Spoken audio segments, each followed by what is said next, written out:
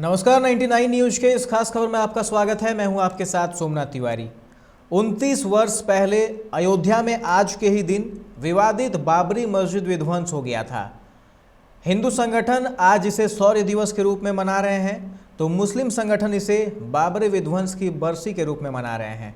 6 दिसंबर 1992 को धनबाद से भी सैकड़ों कार सेवक अयोध्या पहुंचे थे। कैसा था 29 साल पहले अयोध्या में आज के दिन का नज़ारा, यह बताएंगे झरिया के कार सेवक महेंद्र भगानिया।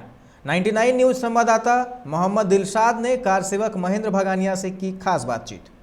6 दिसंबर का नाम आते ही राम मंदिर और बाबरी मस्जिद का एक मामला आ जाता है, लेकिन आज हम उस बातों में नहीं जाएंगे। हमारे साथ झरिया से महेंद्र भगानिया जी हैं, जो कि 6 दिसंबर की घटना के प्रत्यक्षदर्शी हैं। सर बताइएगा, क्या कुछ मंजर था, कैसे आप लोग धनबाद से गए थे, कैसा रहा? 6 दिसंबर 1992 6 दिसंबर 1992 की जो तिथि है वो भारत ही नहीं बल्कि विश्व के इतिहास की एक ऐतिहासिक तारीख है, जबकि वहाँ पर लाखों कार सेवकों ने अयोध्या में राम जन्मभूमि स्थान पर बने हुए जो विवादित बाबरी मस्जिद और श्री राम जन्मभूमि परिसर का जो विवाद था, उस विवाद के अंदर में एक बहुत ही ऐतिहासिक कार्य हुआ, जबकि राम जन्मभूमि मंदिर पर जो विवादित 3 जो गुंबद थे उनको जो है समतल धाराशाही कर दिया गया। The Babri was raze to the ground, उसे समतल कर दिया गया था। और मुझे तो धनबाद के कारसेवकों के साथ में, बिहार के कारसेवकों के साथ में, हम धनबाद वासी यहाँ पर 50 की संख्या में हम यहाँ पर 4 दिसंबर की रात को हम लोग अयोध्या के लिए प्रस्थान किए थे। हम लोगों को किसी को भी मन में यह नहीं था कि वहाँ पर जो है बाबरी जो ढांचा है उसका वो विध्वंस होगा। हम सब लोग वहाँ पर कार सेवा करने के लिए गए थे, और लेकिन जैसे ही हम यहाँ से 50 कार्यकर्ताओं के साथ हम सब धनबाद स्टेशन से हम सब मुगल सराय यानी अभी वर्तमान पंडित दीनदयाल उपाध्याय जंक्शन पे हम सब उतरे, और वहाँ से हम सब पुनः बसों के द्वारा जो है हम सब लोग जो हैं, क्योंकि जगह जगह काफ़ी अवरोध भी थे, लेकिन हम लोगों को वहाँ पर बसों के माध्यम से हम सब लोग वहाँ से हम लोग फैज़ाबाद गए, और 5 दिसंबर की रात कार सेवक पूरब में हम सब लोग वहाँ पहुँच गए थे हम लोग, और हम लोगों ने वहाँ पर अपना रात्रि विश्राम वहाँ किया। काफ़ी संख्या में लोग थे, और सही पूछिए तो उस दिन रात भर हम लोग सब जगे रहे, सब देखते रहे। काफ़ी लाइट थी, पुलिस की पूरी व्यवस्था थी। लेकिन 6 दिसंबर को जब सवेरे कार सेवक पूरब में माननीय अशोक सिंघल जी का, आडवाणी जी का, उमा भारती जी का, और जो इस प्रकार के जितने भी जो मुरली मनोहर जोशी, सब लोगों का जो है वहाँ पर ये उद्बोधन प्रारंभ शुरू हुआ। और प्रारंभ शुरू होते होते करीब 12 बजे के लगभग समय पे जो है कार सेवक, हम लोगों ने देखा कि कुछ कार सेवक जो हैं वहाँ पर गुंबद के ऊपर में जो हैं वो चढ़ गए थे, और वहाँ पर उन लोगों ने जो है केसरिया ध्वज फहराया। लेकिन अचानक देखा हम लोगों ने थोड़ी देर के बाद में ही इतने विशाल जनसमूह के रूप में वहाँ पर लोग जो हैं सब इकट्ठा हुआ, और देखते ही देखते पूरा इलाका जो है वो धुआं जो है, राख मिट्टी इन सब के हुआ। और पहला जो किस प्रकार से क्या वहाँ पर जो हुआ वो हम लोग तो जो वहाँ देख रहे थे, हम लोगों ने देखा कि वहाँ पर जो है ढांचा जो है वो एक ध्वस्त हुआ, फिर आधा घंटा बाद ही दूसरा ध्वस्त हुआ, और तब तक वहाँ पर जो है किसी प्रकार का कोई मानव का नुकसान नहीं हुआ। लेकिन देखते देखते करीब 2:30 बजे तक जो है दोपहर के 2:30-3 बजे तक जो है पूरी स्थिति जो है वो कार सेवकों के अंडर में हो गई थी और कहीं भी पुलिस वगैरह का नाम नहीं था। हर जगह केवल कार सेवक थे, हर जगह केवल एक ही नारा था, जय श्री राम, जय श्री राम, जय श्री राम, जय श्री राम। राम लला हम आएंगे, मंदिर वहीं बनाएंगे। राम लला हम आ गए हैं, मंदिर यहीं बनाएंगे। राम के भक्तों, राम की धरती तुमको आज पुकारती, चलो जवानों मिल के उतारें रामशिला की आरती। और इस कार्यक्रम में हमारे साथ में धनबाद विश्व भारत के ही एक लब्ध प्रतिष्ठित जो कवि लाजपत राय विकट, जिन्होंने राम जन्मभूमि आंदोलन में अपनी उत्कृष्ट कविताएं व पंक्तियां लिखी थी, वो भी हम लोग के साथ में थे। क्या उम्र रही होगी उस वक्त आपकी और कैसा उत्साह था जाने का? मेरी उम्र उस समय में 32 साल की मेरी उम्र थी।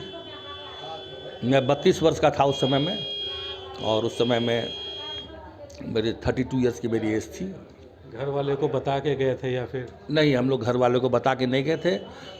हम लोग घर वाले को हम लोग बता के नहीं गए थे। हम लोग जो है मित्रों के साथ हम लोग निकल गए थे। हम लोग केवल यही बता के गए थे कि हम लोग जो है बाहर जा रहे हैं, और हम लोग अपने मित्रों के साथ हम लोग गए थे वहाँ पे। उस वक्त तो फ़ोन वगैरह भी नहीं होगा, मीडिया भी नहीं होगा, तो कैसे जानकारी का आदान प्रदान आप लोग करते थे?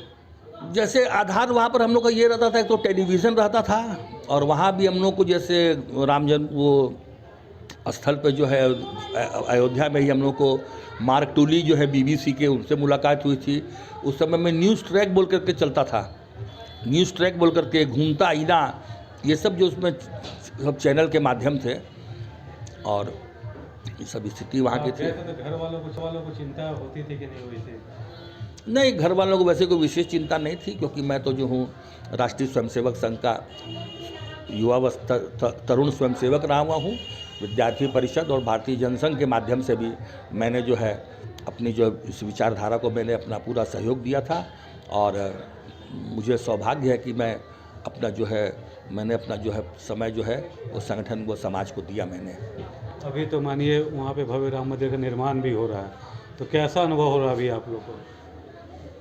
हम लोग को तो जो मन में जो विश्वास था, जो एक संकल्प था, और कि हम लोग अपने इस अवस्था में जो है अपनी इस में राम जन्मभूमि का निर्माण हम देखेंगे। लेकिन यह सब संभव जो हुआ है वो एक केंद्र में मजबूत सरकार के चलते है। केंद्र में आज जो भारतीय जनता पार्टी के NDA की जो सरकार है, प्रधानमंत्री श्री नरेंद्र मोदी जी के नेतृत्व में, उनका ये संकल्प था। क्योंकि नरेंद्र मोदी जी ही जब सोमनाथ से जब अयोध्या की जब यात्रा निकली थी माननीय आडवाणी जी के नेतृत्व में, उस समय में आडवाणी जी के साथ में वर्तमान प्रधानमंत्री जो हैं श्री नरेंद्र मोदी जी, उस समय में वही साथ में थे। तभी क्या इच्छा आप लोग की जल्दी से जल्दी राम मंदिर का निर्माण हो जाए? हम लोग का तो ये विचार है कि राम जन्मभूमि मंदिर का निर्माण हो, और निर्माण होने के साथ साथ में वहाँ पर जो है समरसता का, सौम्यता का, शांति का जो है वो हो। क्यों कि हम जो हिंदू हैं, हम जो सनातन हैं, हम लोग को यही सिखाया गया है कि वैष्णव जन तो तेने कहिए, जे पीड़ पराई जाने रे, पर दुखे उपकार करे, तो है मन अभिमान न आने रे। हम इस संस्कृति के ध्वजावाहक हैं, जहाँ की हमारा परहित धर्म सरिस नहीं भाई, पर पीड़ा सम नहीं अधमाई।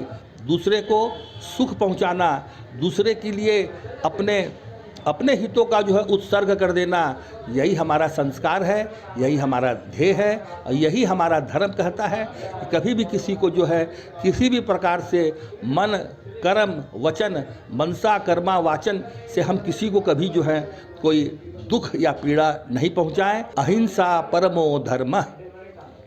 एक अंतिम सवाल, कितने दिन वहाँ पे रहते? वहाँ पे खाना पीना कैसा हुआ, किस तरह से दिन बीता आप लोग का वहाँ पर? खाने पीने का तो कारसेवकपुरम के अंदर में अनगिनत जो है वो भंडारा लंगर चल रहा था, और वहाँ पर ये अपना जो खिचड़ी चलती थी वहाँ पर, और हम लोग भी अपना सामान वगैरह सब ले गए थे। लेकिन वहाँ पर एक ही समय में खा करके आदमी अपना रह जाता था, क्योंकि वहाँ जो इतना कौतूहल था, इतना वो था, और मुझको तो ये लग रहा था कि ये जो ऐतिहासिक घटना जो है, इसका मैं जो हूँ ये प्रत्यक्षदर्शी रहा मैं। हम लोग प्रत्यक्षदर्शी रहे हम लोग वहाँ पर। और 6 दिसंबर के रात में जो है हम लोग सब लोगों को आदेश हो गया कि आप लोग सब लोग जो अपने अपने स्थानों से चल जाइए। फिर हम लोग जो है करके हम लोग वहाँ से बनारस हम लोग चले आए और फिर वहाँ पर 8 दिसंबर को हम अपना जो है हम लोग झरिया चले आए थे अपने धनबाद में यहाँ पर। करीब 28-29 साल पहले की घटना है, आज भी जब याद करते हैं बातों को तो कैसा अनुभव होता है? ऐसा महसूस होता है क्योंकि मेरा तो स्वभाव रहा है पत्रकारिता में, सार्वजनिक जीवन में, और बहुत सी ऐतिहासिक घटनाओं को देखा है। सन 74 के आंदोलन को देखा है, इंदिरा गांधी का 1984 में जो कांड हुआ, जो दर्दनाक कांड हुआ, प्रधानमंत्री श्रीमती इंदिरा गांधी जी की जो हत्या हुई, उन सब के बाद में भी देश के अंदर में जो घटनाएं चली, 84 का जो सिख जो हत्याकांड हुआ, इस प्रकार का वो जो पूरा कालखंड था, एक पूरा जो कालखंड था वो, उसमें ऐसी ऐसी अनेक घटनाएं हुई जिनके कि हम लोग जो है मैं प्रत्यक्षदर्शी रहा। ये थे हमारे भगवानिया स्वामी जी, जिन्होंने 6 दिसंबर की घटना को पूरी अच्छे तरीके से बताया और साथ ही इनको इस बात की भी खुशी है कि इस अपनी उम्र में ही ये भव्य राम मंदिर निर्माण होते हुए देख पा रहे हैं। सहयोगी राजेश कुमार के साथ 99 न्यूज़ के लिए दिलशाद खान। इस खास खबर में फिलहाल इतना ही। तमाम खबरों के लिए आप देखते रहे 99 न्यूज़। नमस्कार।